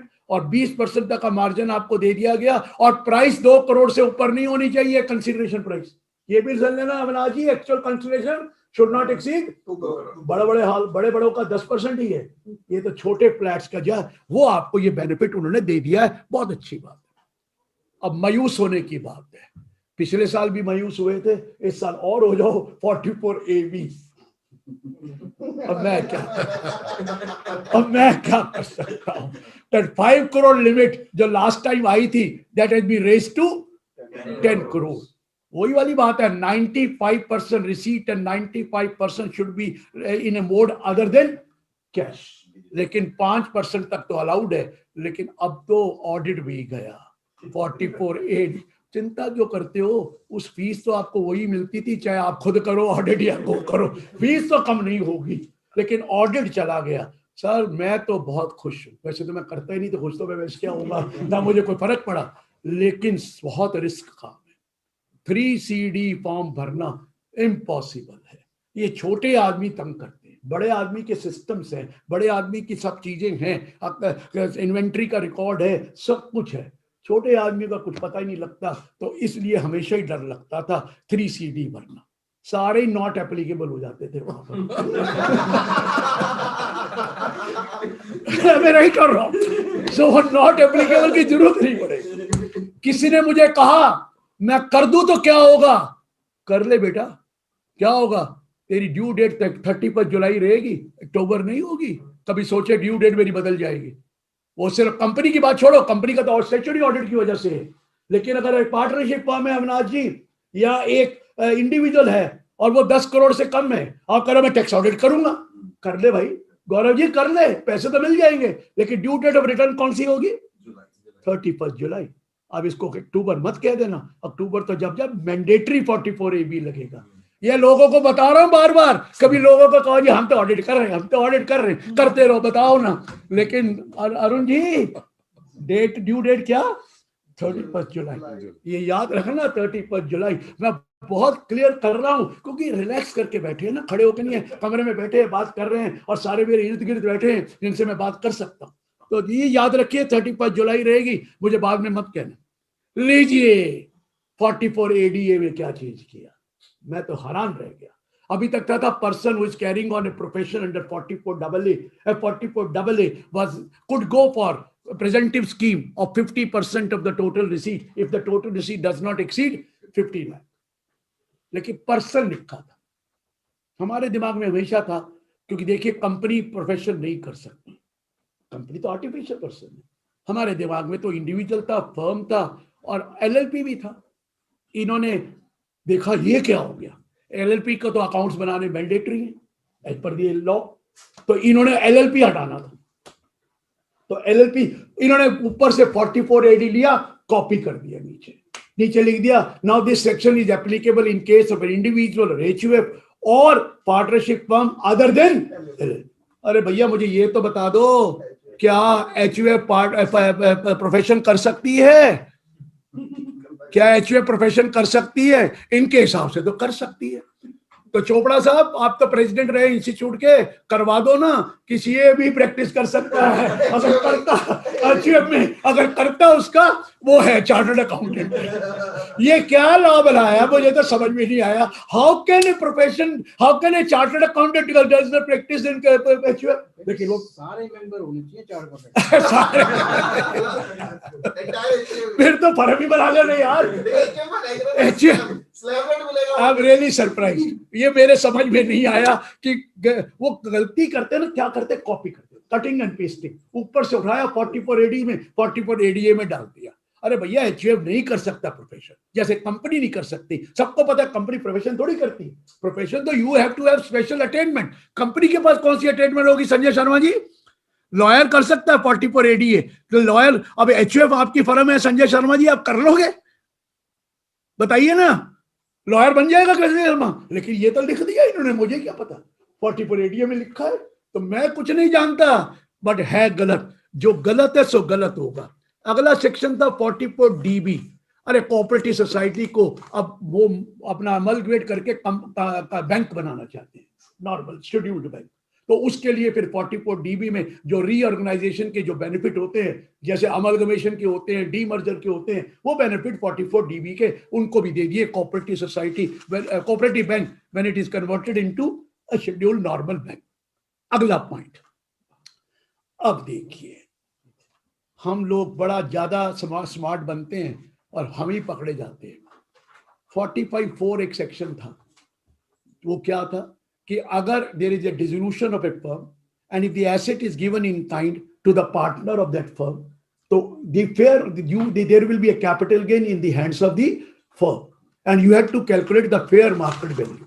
मेरी बात सुन लिए, मेरे पास एक हाउस प्रॉपर्टी है जिसकी लैंड एंड बिल्डिंग है जिसकी कीमत 5 करोड़ रुपया थी, मैंने खरीदी थी। आज उसकी मार्केट वैल्यू 20 करोड़ रुपया है। तो मैं क्या करता था, उसको रीवैल्यू कर लेता था। रीवैल्यू करके रीवैल्यूएशन का प्रॉफिट कैपिटल में ट्रांसफर कर देता था, और अगले साल जाकर मैं उसको कैपिटल को वो अपना वो पार्टनर निकल जाता था और पार्टनर को चला जाता था। एसेट नहीं देते थे, पार्टनर को कैपिटल देके निकाल देते थे और उसको पैसे मिल जाते थे। लीजिए 45(4) और 45(4)(a) दोनों डाल दिए नए, सब्स्टिट्यूट कर दिया 45(4) को। अब देखिए क्या होगा अगर आपने एसेट को रीवैल्यू किया। आपने एसेट को रीवैल्यू किया, प्रवीण भाटिया तो ज्यादा प्लास्टिक गुड्स के लिए बहुत ज्यादा वो करते हैं, लेकिन ध्यान रखना, अगर एक पार्टनरशिप फर्म में प्रवीण जी आप हैं और आपने एसेट को रीवैल्यू करके और आपने अपने कैपिटल अकाउंट को कर दिया और बाद में कैपिटल अकाउंट बढ़ गया और आपने एसेट दे दी उतना अमाउंट की, तो वो कैपिटल गेन टैक्स लग जाएगा, फर्म को लगेगा। फर्म को अब तो फेयर मार्केट वैल्यू से वो वाली कैपिटल लेना जो आपकी विदाउट वैल्यूएशन है। और अगर दूसरे में 45(4)(a) में कह दिया, अगर मनी दी, पहले कहते थे कैपिटल दी, कैश दिया, चल बाहर हो जा, और उसको रीवैल्यू कर चुके थे, वो भी अलाउड नहीं होगा। अब ध्यान रखना, कैपिटल विदाउट रीवैल्यूएशन, अगर आप रिटर्न, और पहले एक और कंडीशन थी संजय जी, डिसोल्यूशन और अदरवाइज वर्ड था, और लोग करते थे रिटायरमेंट इंक्लूडेड नहीं है, कुछ केस थे कुछ केस नहीं थे। अब इन्होंने रिकॉन्स्टिट्यूशन भी कर दिया, even reconstitution will be 45(4) and 44(a). तो ये ध्यान रखना, प्लानिंग सब बातें बंद कर दो, सुधर जाओ, बता रहा हूं। 5 करोड़ का नुकसान हो गया। कोई नहीं, सुधर जाओ, ये मैं आपको बता रहा हूं, नहीं तो कोई आपकी बात सुनने वाला नहीं है। आइए आगे चलते हैं। सर एक न्यू रिजीम लाए थे इंडिविजुअल एचयूएफ की कि भैया आप 2.5 लाख पे निल, अगले 2.5 लाख पे 5%, अगले 2.5 लाख पे 10%, अगले 2.5 लाख पे 15%, अगले 2.5 लाख पे 20%, अगले 2.5 लाख पे 25% और बाकी 30%, 15 लाख। किस लिए लाए थे कि चलो तो आपको कंसेशन दे रहे, लेकिन साथ में ये बोल दिया था चैप्टर 6 से नहीं मिलेगा, बाकी और भी कई चीजें नहीं मिलेगी स्टैंडर्ड एक्शन। चैप्टर 6 से तो बोला था, लेकिन अब आप क्या कर रहे हैं, चैप्टर 6 से वाली अमेंडमेंट किए जा रहे हैं और उसको एक्सटेंड किए जा रहे हैं। अब 80EE क्या है, हाउसिंग अगर आपने अफोर्डेबल हाउसिंग खरीदी और 45 लाख के ऊपर का खरीदा नहीं है और लोन सेंक्शन कराया था अप टू 31 मार्च 21, तो आपको 1.5 लाख रुपए का डिडक्शन मिलता था। लेकिन ओल्ड रिजीम में होंगे तभी होगा ना अनाज की। तो जब आप न्यू रिजीम में जाना चाहते हैं तो फिर अमेंडमेंट करने की जरूरत क्या थी? तो इसका मतलब सभी ओल्ड में रहेंगे, तो आप तो खुद ही चाहते हैं कि ओल्ड न्यू रिजीम में कोई जाए ही ना। तो अब 80EE जो हाउस लोन का सैंक्शन था, 45 लाख से ऊपर का घर नहीं खरीद सकते और आप अफोर्डेबल हाउसिंग के लिए आया था, और वो अलाउड था आपको 1.5 लाख रुपया इंटरेस्ट, वो 1.5 लाख रुपया है। लेकिन अब लोन सैंक्शन की डेट बढ़ा दी, 31 मार्च 22 कर दी, तो 1 साल एक्सटेंड कर दिया 80EE, वो मैंने आपको बताया। Next section affordable housing 80IB, वो लो, अब आपको वो प्रोजेक्ट जो सैंक्शन कराना था अरुण जी, 31 मार्च 21 लास्ट डेट थी और उसमें और भी चेंजेस आई थी, उन्होंने कहा 1 साल और बढ़ा। कारण है ना, पेंडेमिक आ गया, काम बिका नहीं, माल हुआ नहीं, लेबर थी नहीं, कंस्ट्रक्शन कंप्लीट नहीं हुई, इसलिए उन्होंने 1 साल बढ़ा दिया और एक और नया कॉन्सेप्ट निकाला। ये माइग्रेट लेबर है, आते हैं मकान किराए पे लेते हैं और उसकी हाउसिंग प्रोजेक्ट है, रेंटल हाउसिंग प्रोजेक्ट, उसके लिए भी एक बेनिफिट दे दिया कि अगर रेंटल हाउसिंग प्रोजेक्ट के अंदर जाएंगे तो section 80I(b) sub section 1 capital A डाल दिया कि वो रेंटल हाउसिंग प्रोजेक्ट का भी आपको 100% रिडक्शन मिलेगा जो उससे अमाउंट आएगा। तो ये अच्छा किया मेरे हिसाब से तो। और ये नया कॉन्सेप्ट डाला रेंटल हाउसिंग प्रोजेक्ट, और वो इसलिए बढ़ा दिया कि कोविड की वजह से टाइम लिमिट सैंक्शन नहीं हुए लोन, तो इसलिए आगे कर दिया वो हाउसिंग प्रोजेक्ट। क्लियर है सर? ये भी आपको अगला पॉइंट आपको बताते हैं। अब मैं आपको बता रहा हूं 139(1) में लिखा है every person responsible whose total income exceed certain limit वो करेंगे, और उसकी ड्यू डेट आपको पता ही है 31 जुलाई है, और पार्टनरशिप फर्म की 31 जुलाई है, ऑडिट होता है उसका अक्टूबर। हमारे सेक्शन 5A है गोवा में पोर्टुगीज लॉ जो है जिसमें कम्युनिटी ऑफ पर्सन होता है, वो कहते हैं सर आपने कह दिया कि इसकी जो पार्टनर की डेट है वो वही होगी जो फर्म की डेट है। अगर फर्म की 31 अक्टूबर है, चाहे पार्टनर वर्किंग है या नॉन वर्किंग है, उसकी भी 31 अक्टूबर होगी। अविनाश जी नहीं, वर्किंग पार्टनर किसने कह दिया? सर लॉ पढ़ लिया करो, पिछले साल बदल गया था अविनाश जी, चेंज हो गया था। अब वर्किंग नॉन वर्किंग की 31 अक्टूबर हो चुकी है, अगर उनका 31 अक्टूबर है तो, अगर जुलाई है तो जुलाई है। अब वो कहने लगे कम्युनिटी ऑफ पर्सन में हस्बैंड वाइफ तो अलग अलग टैक्स लगता है, और हस्बैंड वाइफ वहां कम्युनिटी ऑफ पर्सन है, तो आपने तो ये मेल का कह दिया, स्पाउस का क्या होगा? तो उन्होंने अब स्पाउस की भी लिमिट वही कर दिया। पार्टनर अगर पार्टनर का है, पार्टनर तो एक है तो दोनों का है ना, तो उसको स्पाउस की रिटर्न कैसे भरोगे, क्योंकि वो कम्युनिटी ऑफ पर्सन वहां दोनों का इकट्ठा होता है। तो उसलिए उन्होंने 5A में जो उसमें 139 में कह दिया उसकी डेट भी वही होगी जो डेट पार्टनर की, जो पार्टनर है। ठीक आ गया अविनाश जी? ये वाला पॉइंट भी मैं आपको बताना चाहता था। अब आइए नेक्स्ट जो पॉइंट आया वो आपका है 139(9). उसमें आपको बोर्ड को कुछ पावर दे दी गई है, वो डिफेक्टिव रिटर्न के बाद कोई लीनियर व्यू लेके कोई गाइडलाइंस बना दी जाए, वो उन्होंने एक अच्छा काम किया, अप्रिशिएट करने वाला है। आइए अब 143(1) आपको पता है 1A में क्या होता था? एडजस्टमेंट्स होती है, इनकरेक्ट क्लेम और अर्थमेटिकल एरर, और या ऑडिट्स में कोई आपको बोला एक्सपेंडिचर जो डिसअलाउएबल है तो वो भी वो एडजस्टमेंट कर सकते हैं। वो सिर्फ एक्सपेंडिचर लिखा था, अगर इनकम इंक्रीज हो रही है ड्यू टू दैट वो नहीं लिखा था, जो उसमें इंडिकेट कर दिया आपने 3CD फॉर्म में लिख दिया कि ये इनकम टैक्सेबल होनी चाहिए, लेकिन वो रिटर्न में नहीं भरता तो वो क्या होगा? तो अब इन्होंने क्या किया है 143(1) में ये भी एडजस्टमेंट अलाउ कर दी है। नॉट ओनली फॉर ऑडिट की ऑब्जेक्शन है कि ये एक्सपेंडिचर डिसअलाउड होना है, अब ये इनकम इंक्रीज होनी है तो वो भी अब हो जाएगी, वो एडजस्टमेंट 143(1) में कर देंगे ए में, आपको बता दूं। और आपको पता है 143(1) कितने पीरियड के लिए होता था? 1 ईयर में इंटीमेशन भेजनी होती थी from the end of the relevant assessment, end of the assessment year in with the return was filed, उसका 1 साल होता था। अब हर चीज में 3 महीने हटा दिए तो 9 मंथ्स कर दिया कि अब इंटीमेशन 31 दिसंबर तक आई।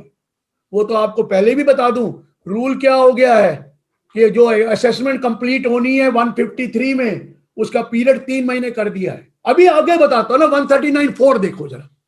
अभी तक 139(4) क्या था? Belated return. Belated return can be filed if you have not filed the return before the due date under 139(1). It could be filed before the end of the relevant assessment year or the assessment is complete, whichever is earlier. Revised return में भी यही था कि it could be filed before the end of the relevant assessment or before the assessment is complete, whichever is earlier. अब इन्हें कह दिया belated return or revised return can be filed 3 months, at least 3 months before the end of the relevant process. आप अमनीश जी सुन लो, हमेशा 31 मार्च को return में भरा करते थे, पूरा ऑफिस खोलते थे आप, ये मैं आपको बता दूं 31 दिसंबर के बाद रिटर्न जा ही नहीं सकती।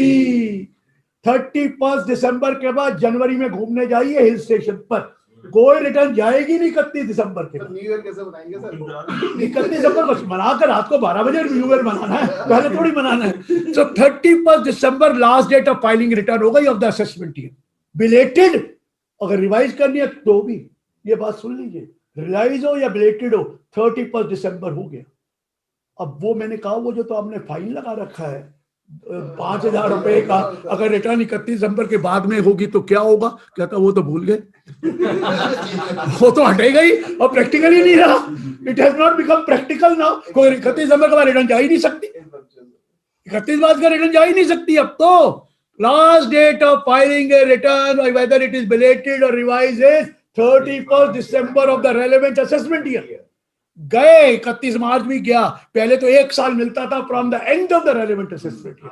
पहले तो 12 + 12 थे, फिर 12 कर दिए, अब तो 9 ही कर दिए सर। और ये 9 महीने में ही कर सकते हैं और इसीलिए वो उन्होंने कर दिया कि आपको 9 महीने में ही इंटीमेशन देंगी। और वही देखिए 143(2), अभी तक 143(2) क्या था? The notice under 143 can be served within 6 months from the end of the financial year in which the return was furnished. उसको भी 3 महीने कर दिया। अब जो स्क्रूटनी नोटिस आएंगे, अब तो नेशनल ई असेसमेंट सेंटर देगा या नेशनल वो वाला देगा। वो जो नोटिस आएंगे वो लास्ट डेट 30 जून है। वो जमाना चला गया, 30 सितंबर तक इंतजार करते थे, अब 30 जून तक है। रुक जाया करो क्योंकि जुलाई में रिटर्न भरनी है। समझ में आ गया? ये रुक जाया करो, जुलाई पहले तो भरनी पड़ती थी ना। 30 सितंबर नहीं रहा, स्क्रूटनी क्या होगी 30 जून तक। ये 143(2) में चेंज आया है 140। अब तो सारा चीज सर कह रहे सब इलेक्ट्रॉनिक हो गया, डिजिटल हो गया, टाइम पीरियड कम कर। सो scrutiny notice will be served on you latest by 30th of June of the relevant from the end of the financial year in which the return was furnished by you. Clear है sir? Clear है sir?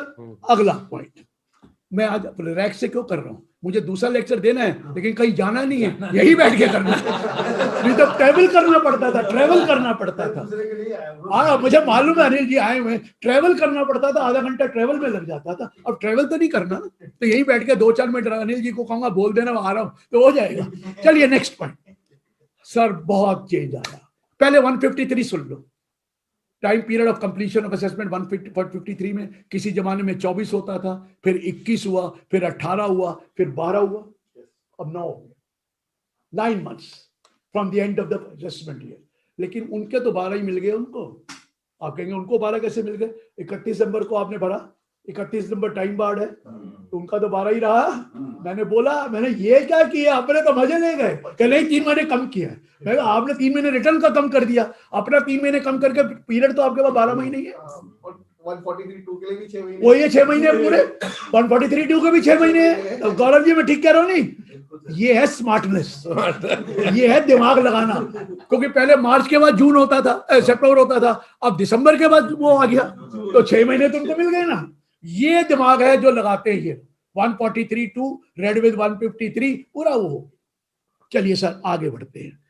अब आया जो रवि जी बड़े आपको expert समझते हैं अपने आप को, और साथ में हमारे मनीष जी, एक तो ये सर्च केसेस करा करते हैं। सर्च केसेस तो 153A, 153B, 153C था। मनीष जी 31 मार्च 2021 के बाद कोई भी सर्च होगी तो 153A नहीं लगेगा, 153B नहीं होगा, 153C नहीं होगा। पहले वाले को मिलेगा, आप पहले मिलेगा 31 मार्च 2021 के बाद। मतलब आप सारी रेडियो अभी करा दोगे?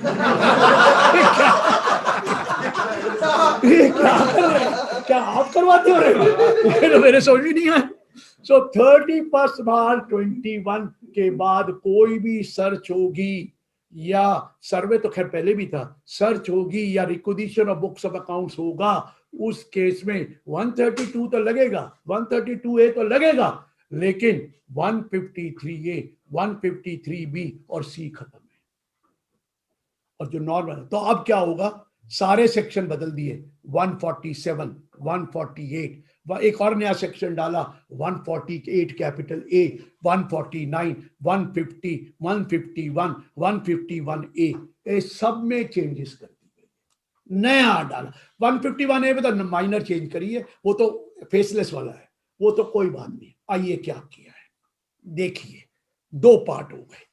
एक नॉर्मल जो इनकम एस्केपिंग असेसमेंट है, if there is income which has escaped assessment in any assessment year, then तो आप subject to the provisions of section 148 to 153, then वही वाला है ना, the assessment can be done and you will have to file a return, वही वाला जो है वो किया। लेकिन अब उन्होंने क्या कहा है, ध्यान से सुनिए। अब रिस्क स्ट्रैटेजी से वो निकाला जाएगा कि क्या क्या इंफॉर्मेशन उनके आई। आप उसको चैलेंज नहीं कर सकते। रिस्क स्ट्रैटेजी और वो जो सिस्टम है वो फॉलो करेंगे। Risk based assessment. या computer controller and auditor general Arun ji जो कैग है, कंट्रोलर ऑडिटर जनरल ने कोई इशू पॉइंट आउट किया तो वो भी मान लिया जाएगा information. You have information in your position, तो वो इंफॉर्मेशन मानी जाएगी कैग वाली, वो मानी जाएगी। ये तो उन्होंने डाल दिया इंफॉर्मेशन। लेकिन अगर 132 है, 132A है, वो तो हमेशा ही 148 और 147 और 149 47 में जाएगा। उसके बारे में इंफॉर्मेशन की जरूरत नहीं है। वाक्यों में लिखा if he has reasons to believe that there is income which has escaped assessment। Ravi ji यही बोला करते थे, रीजन टू बिलीव नहीं है। और रवि जी तो ये कहते थे, चैलेंज करते थे, ऑब्जेक्ट करते थे रिटर्न भरने के बाद, और उसको कहते थे ऑब्जेक्शन दो कि ये तो तुम्हारे पास इंफॉर्मेशन ही नहीं है। अब आपको कुछ नहीं देना उन्होंने, रिस्क स्ट्रैटेजी वालों ने बनाया तो thank you very much. CAG का आया, थैंक यू वेरी मच। अगर सर्च हुआ थैंक यू वेरी मच। कोई इंफॉर्मेशन नहीं है, 147 होगा ही होगा। क्लियर हुआ? अब आगे सुनिए। अगर आपका नॉर्मल रीअसेसमेंट है तो 148A डाला है कि पहले वो अप्रूवल लेगा किसकी? हायर अथॉरिटी की, स्पेसिफाइड अथॉरिटी। उसके पास इंफॉर्मेशन है तो फिर वो इन्वेस्टिगेशन करेगा। If you want he shall investigate the matter, inquiry करेगा। आपको शो कॉज दिया जाएगा। पहले बताया जा रहा है, पहले तो बताते ही नहीं थे। आप कहते रिटर्न भरो उसके बाद बताएंगे, अब रीजन बाद में बताते थे ना। अब रीजन बता दिए जाएंगे आपको कि भाई ये रीजन है, show cause why this not be reassessed और ये this not be treated as income because it has escaped assessment. तो संजय जी 148A पहले होगा और 148 की रिपोर्ट बनेगी, अप्रूवल लेके पहले बनेगा और आपको शो कॉज देकर अगर वो सेटिस्फाइड है तो 148 आ गया। उसके बाद आपको 148 में नोटिस आएगा, उसके साथ ये कॉपी लगाई जाएगी, ऑर्डर ऑफ 148A। लेकिन रुकना संजय जी, ये 148A सर्च वालों के लिए नहीं है, वो रिक्विजिशन वालों के नहीं है, और उसने परमिशन ली that there is a money bullion jewellery found, उसके लिए नहीं। ये सिर्फ normal cases of income escaping assessment में 148 की इन्वेस्टिगेशन होगा, इंक्वायरी होगी और उसके बाद 148 इशू होगा। और 148 इशू हुआ तो फाइल है रिटर्न ऑफ इनकम, एंड आप रिटर्न फाइल करेंगे तो आपको पता तो लगेगी कि क्या क्या चोरी करिए। होगा फेसलेस ही सब कुछ। और तो भूल जाओ, फेस तो किसी को पसंद नहीं है, किसी का एवरीथिंग फेसलेस। अरे ट्रिब्यूनल फेसलेस होने जा रही है जिसमें आप बड़े जाया करते थे, अब देखूंगा क्या करोगे, फेसलेस ट्रिब्यूनल। मैं तो पहले ही कहीं नहीं जाता था, अब तो मैं आराम से बैठकर ऑफिस से काम करूंगा। ऑफिस का खर्चा बढ़ जाएगा, खाने पीने का यहीं से खाया करेंगे। पहले तो एक समोसा खा लिया करते थे, वहां पे पेट भर जाता था, और ये कहेंगे नहीं पूरा खाना चाहिए।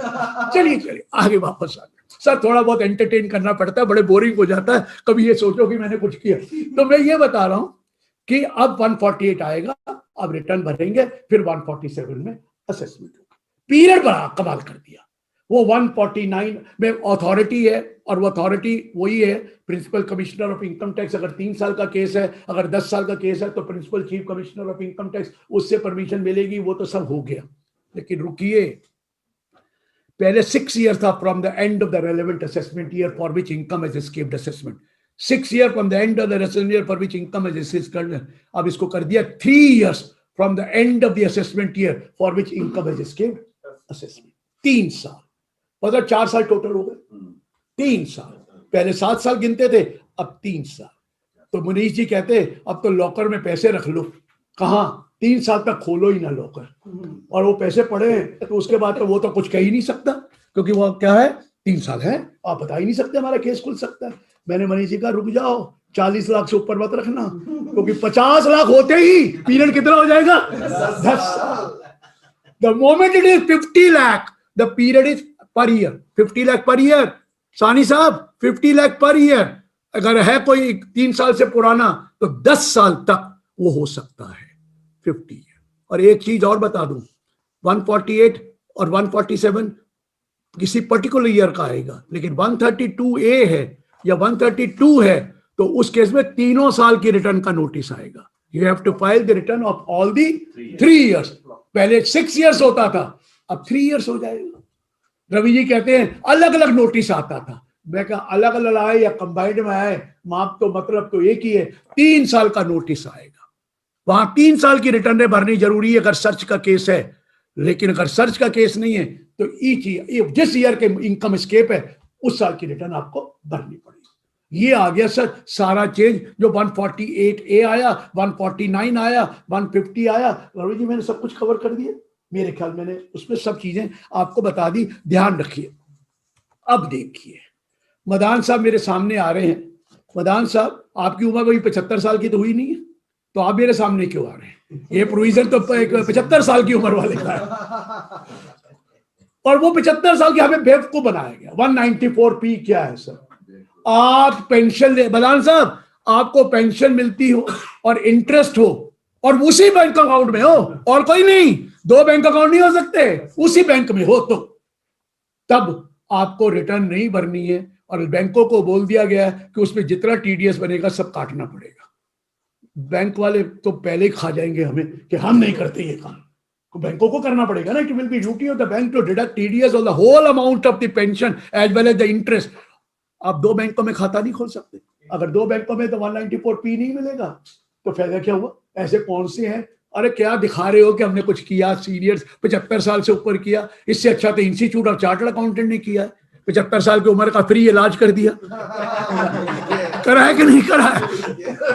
फ्री इलाज करेंगे 75 साल का, लेकिन 90% जाएंगे नहीं है। अब मैं 75 साल होने वाला हूं मई में जाकर, तो क्या मैं जाऊंगा अपने इंस्टीट्यूट से मेडिकल हेल्प लेने? भगवान ने बहुत कुछ दिया है, भगवान ना करे। अच्छा जज साहब भी मेरे सामने, आई डिडंट नो ये थ्योरी जो है, sorry sir I been using many other things. So welcome sir, welcome. What I am trying to explain, our Institute of Chartered Accountant has given a benefit that anybody who has crossed 55 years in practice, the free medical treatment will be given by the Institute of Chartered Accountant of India. Income tax ने क्या rebate दी है? That you are getting pension. आप तो अभी 75 साल के हुए नहीं sir, you are getting pension, लेकिन आपकी तो बहुत इनकम है। लेकिन if you are getting pension और you have only interest income and you have account in the same bank, तो उस केस में आपको टीडीएस कट जाएगा, आपको रिटर्न भरनी नहीं। अब कितने केस हो गए? हार्डली मतलब उनका कोई और इनकम, किसी बैंक में खाता भी नहीं होना चाहिए और एक ही बैंक में खाता होना चाहिए, वहीं से पेंशन आनी चाहिए, वहीं से इंटरेस्ट आना चाहिए और वहीं पे टीडीएस कटना चाहिए, तो रिटर्न नहीं भरना। इतनी कंडीशन है। वो तो ठीक है ना सर, वो तो कोई खास बात। ये 194P है।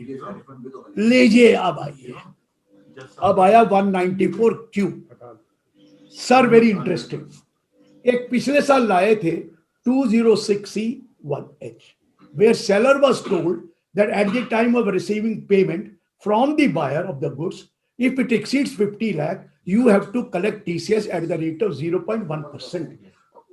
ये कहा था और सबने अपने सॉफ्टवेयर चेंज करे टीसीएस कलेक्ट करने के लिए, और कईयों ने तो सीधा ही बना दिया, इनवॉइस में ही कर दिया, डेबिट नोट कर लो भैया। अब उन्होंने देखा ये तो गलती हो गई कि कुछ ऐसे भी तो होंगे जिनका टर्नओवर 10 करोड़ से ऊपर नहीं है, सेलर का टर्नओवर 10 करोड़ से ऊपर हो और बायर 50 लाख से ऊपर तो लो। अब इन्होंने एक नया सेक्शन डाल दिया 194Q। अब buyer will have to deduct the TDS, buyer will have to deduct the TDS provided the turnover of the buyer or the receipt of the buyer in the preceding previous year exceed 10 crore. उधर लिखा था seller का turnover 10 crore से ऊपर हो, इधर buyer का कर दिया 10 करोड़ से ऊपर, और buyer will deduct TDS at the rate of 0.1% if the amount paid or credited whichever is earlier exceeds rupees 50 lakh.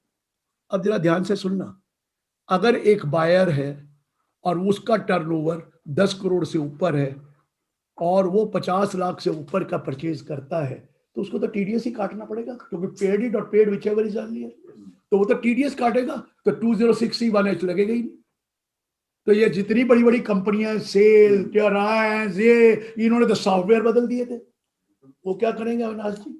Software बेकार हो गए, दोबारा बदल देंगे? नहीं बदलने क्या, वापस आ जाएंगे ओल्ड में, क्योंकि अब तो टीडीएस कटेगा, बायर काटेगा ना सर, दोनों हैं। एक चीज और बता दूं, जिसका ऑलरेडी टीडीएस किसी इनकम टैक्स एक्ट में कटता है उसके लिए सेक्शन नहीं है, जिसका कोई टीसीएस कटता है 2061 में उसके लिए सेक्शन नहीं है, लेकिन जिसका 206C1H में है उसके लिए प्रेफरेबली 194 क्यू है, अगर 194 क्यू अट्रैक्ट नहीं होता तो 206C 1H लगेगा।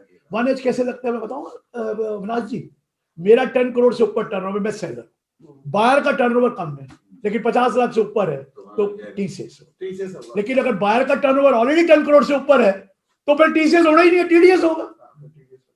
आप बात समझ रहे हैं, बड़े के लिए तो टीडीएस ही होना है। आप क्लास समझ रहे मेरे, मैं बार बार बोल रहा हूं, मैंने क्या कहा, अगर बायर का 10 करोड़ से ऊपर टर्नओवर है और बायर 50 लाख से ऊपर का माल खरीदता है सेलर से तो टीडीएस कटना है। लेकिन बायर का टर्नओवर 10 करोड़ से नीचे है लेकिन सेलर का टर्नओवर 10 करोड़ से ऊपर है और वो पेमेंट रिसीव करता है मोर देन 50 लाख तो क्या कटेगा, टीसीएस होगा। 90% केसेस तो खत्म हो गए, बड़े बड़े सॉफ्टवेयर चेंज किए थे, पैसे खर्चे थे। और यार अविनाश जी भी मेरे से लड़ रहे थे, मैंने कहा ये तो गलत तरीका है कि बिल में चार्ज करना। सर एक कंपनी की 38 लाख एंट्री है तो बिल में चार्ज नहीं होना था, वो तो डेबिट नोट होना था। कोई बात नहीं, अब तो भूल जाओ, अब तो वो टीडीएस ही होगा उसका। तो 90% सेल 50 लाख वाले से ऊपर वाली है तो बायर ही काट लेगा टीडीएस, और प्रेफरेंस टीडीएस की है, उन्होंने लिख दिया है, टीसीएस नहीं है, वो लिखा है। तो इसलिए मैं कह रहा हूं ये लॉ भी आपको ध्यान में रखना है, मैंने आपको बता दिया। अब देखिए, ठीक है, अविनाश जी को पता है कि ये जो डिविडेंड फॉरेन इन्वेस्टर थे उन पर 20% डिविडेंड टैक्स टीडीएस कटता है। वो ये कह रहे थे एफआईआई वाले, अरे 20% कटता है लेकिन हमारी ट्रीटी में तो 10% है, तो हमें तो 10% काटी होगा, तो नहीं 20% लिखा हुआ है। तो 196D में उन्होंने एक क्लॉज डाल के करके लिख दिया है, at the rate applicable in force और the treaty rate whichever is, वो बेनिफिशियरी करके अब उस हिसाब से कटेगा। अब आपको पता है जब पैन नंबर ना दो तो 206AA में आपका टैक्स लगता है, वो टीडीएस कलेक्ट होता है at the rate specified, at the rate in force और 20%। M I right sir?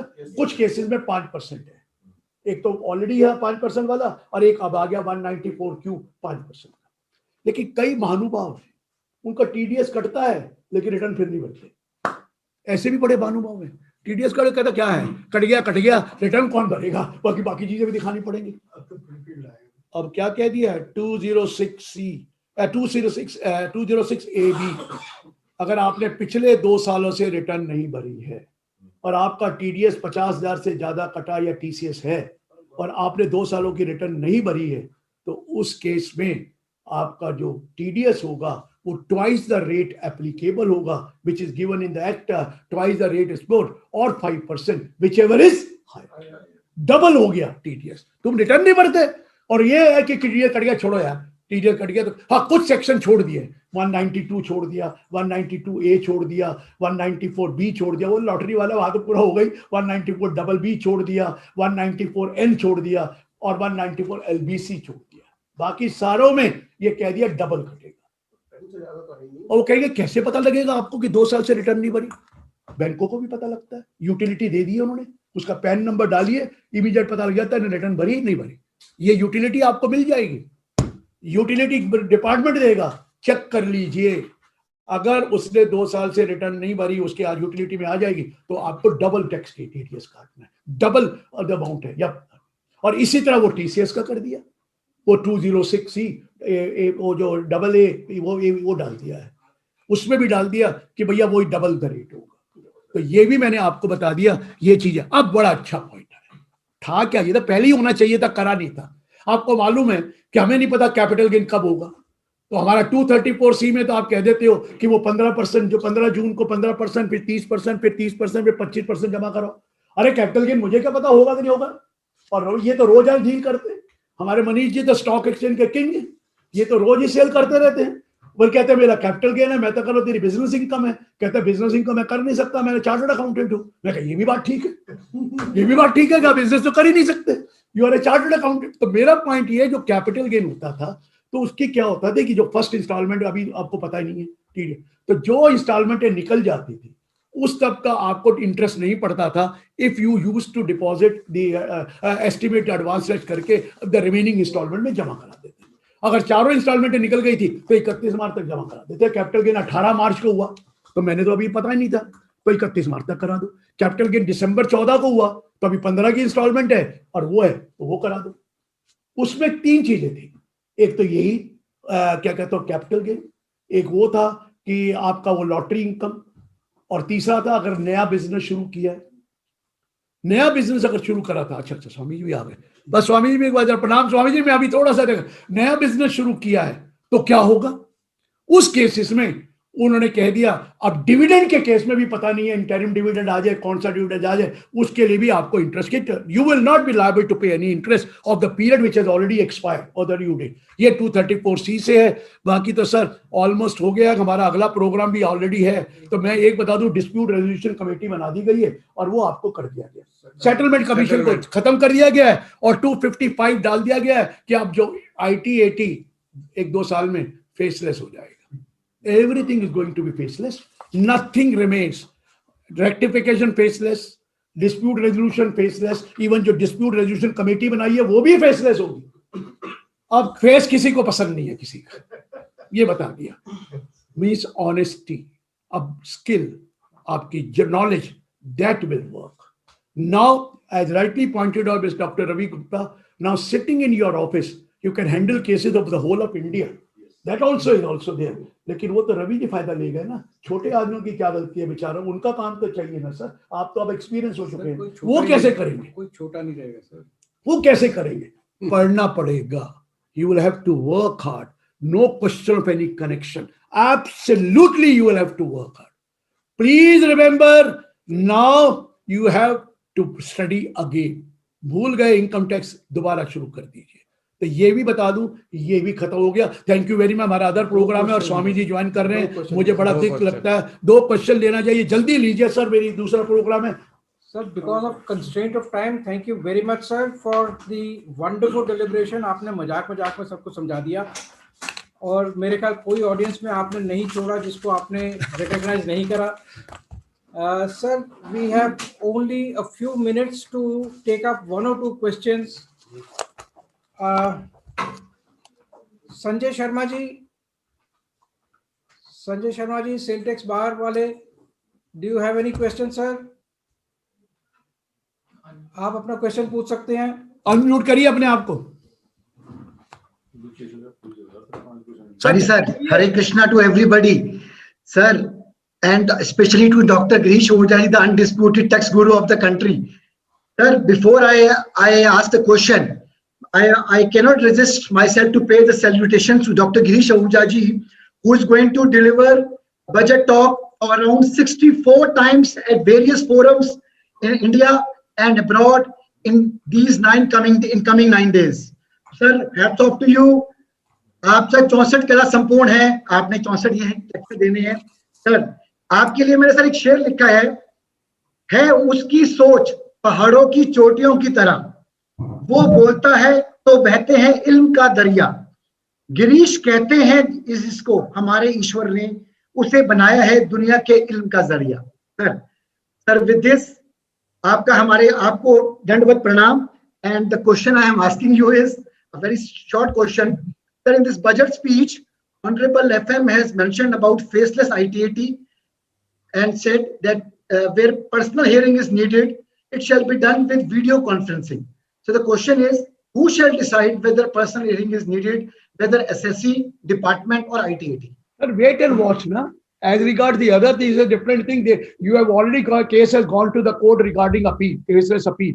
So they know what is the decision going to be there for faceless appeal, for commissioner appeal. In the similar way, they will do it for IT-AT also. Probably they may allow you to go for personal hearing, but privileged personal hearing will not be allowed. आप उनकी face नहीं देख सकेंगे संजय जी, वो आपका face देख सकेंगे. So be careful about that. They will be able to see your face. You will not be able to see his face. So nobody will be able to contact them. Sir, ये corruption free country होने जा रही है. Thank you, sir. We are almost out of time. Sir एक YouTube से question, एक छोटा सा, तो YouTube से क्वेश्चन सर मेरे बोलिए। ये क्वेश्चन है अजय गोयल जी ने पूछा है, sir in the case one employees in investing in both EPF as well as PPF, whether this limit of 2.5 lakh will sir वो सेक्शन दोनों अलग अलग है, 10, 11, 12 अलग है। हाँ 10, 11 सेपरेट है, 10, 12 सेपरेट है, इसलिए वो सेपरेट एक्सप्लेनेशन है, वो ऐड नहीं होगा। हाँ 10, 11 में आ रहे हैं दोनों, तो क्वेश्चन आ सकता है। ठीक है sir. Now to be very short, a formal vote of thanks. I had initially planned that this will be given by CA Raman Kumar Gupta ji, Advocate Nitya Khanna ji, and Advocate Puneet Kumar Singh ji. However, due to constraint of time, I will request only Advocate Nitika Khanna ji, being the only woman participant who has still not been given a chance to speak at this forum. So, Nitika Khanna ji will propose a formal vote of thanks. Thank you, Dr. Ravi Gupta ji, for giving me this opportunity. Respected Honorable Mr. Justice A.K. Sikri ji, former Judge Supreme Court of India, Chief Guest of the session, respected Dr. Girish Ahuja ji, and respected Sarvshri C.A. Atul Gupta ji, President ICAI, CA Amarjit Chopra ji, past President ICAI, and CA Ashok Batra ji, Speaker of the session on Union Budget 2021 on direct and indirect taxes. Other dignitaries present in this special session on Union Budget 2021. I, on my own behalf and on behalf of all participants of this session, convey profound thanks, utmost regards, and gratefulness to Honorable Mr. Justice A.K. Sikri ji for sparing his valuable time to be with us in this session of study circle meeting, where the illustrious speakers deliberated on the provisions enacted in Budget 2021. Respected and Honorable Mr. Justice A.K. Sikri ji, we are extremely grateful to you for being with us and bless us. We all are lucky, fortunate, and blessed that we are part of first deliberation made by tax guru, learned and respected Dr. Girish Ahuja ji on Budget 2021 provisions under income tax. At the cost of repetition, I say that Speaker of the Day is a legend of income tax and is known as tax guru to large number of tax professionals. He is an institution of income tax law. One can request him to speak on a particular subject and he may start right away. I am confident that each one of the participants has understood the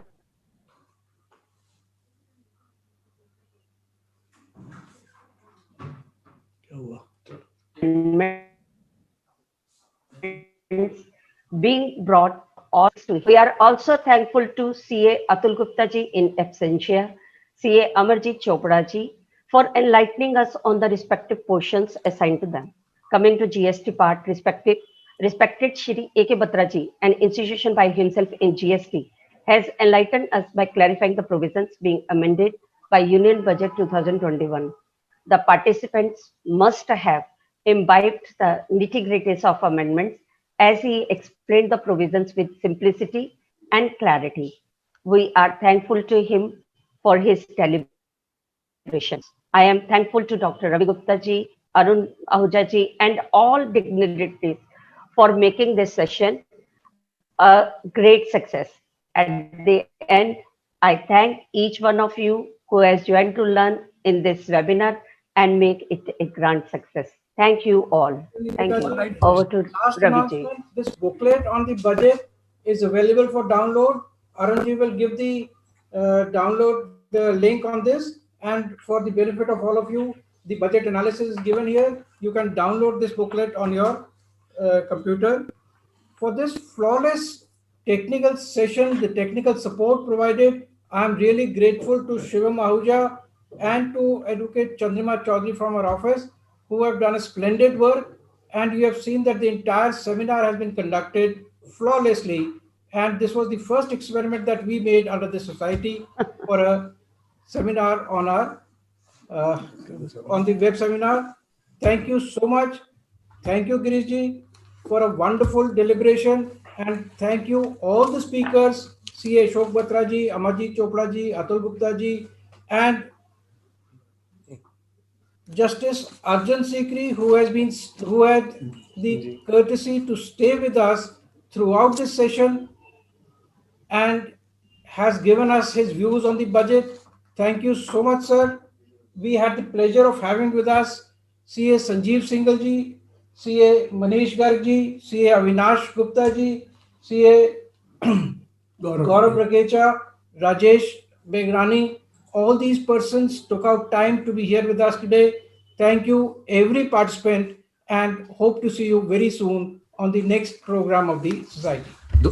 दोस्तों YouTube में link में आपको budget की copy मिल जाएगी. Please download it and also on Zoom platform of tax law educare society. दोस्तों बने रहिएगा tax law educare society के साथ. Thank you.